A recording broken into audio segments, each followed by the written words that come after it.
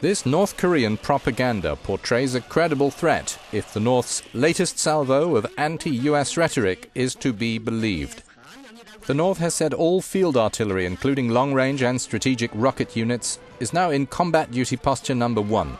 Pyongyang's order targeting American military bases on Guam, Hawaii and the mainland United States came after at least one US strategic bomber, which has nuclear capacity, flew over the Korean peninsula.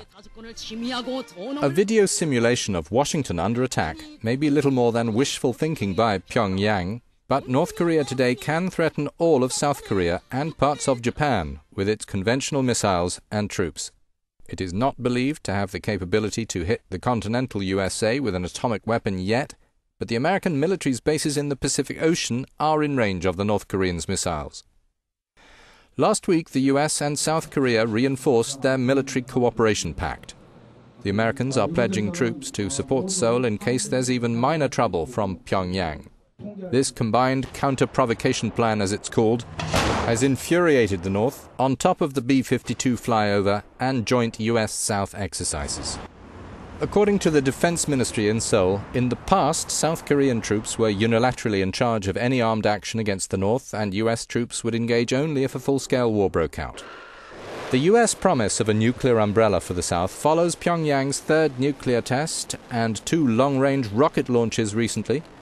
It therefore seems to be getting closer to being able to launch a missile that could threaten the continental US.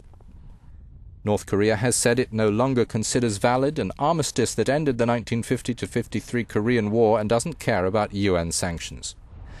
A Pyongyang official said, "Since the war, we have been subjected to sanctions and pressure. Let them go on. Frankly, our satellite launch and nuclear testing all came from our own technology, strength, resources and materials. We're not worried." A North Korean defector has said UN sanctions won't make a difference for ordinary people already suffering extreme hardship in his country and who face either starving to death or being shot by the communist regime. He says any foreign food aid goes into the mouths of the North soldiers and its elite.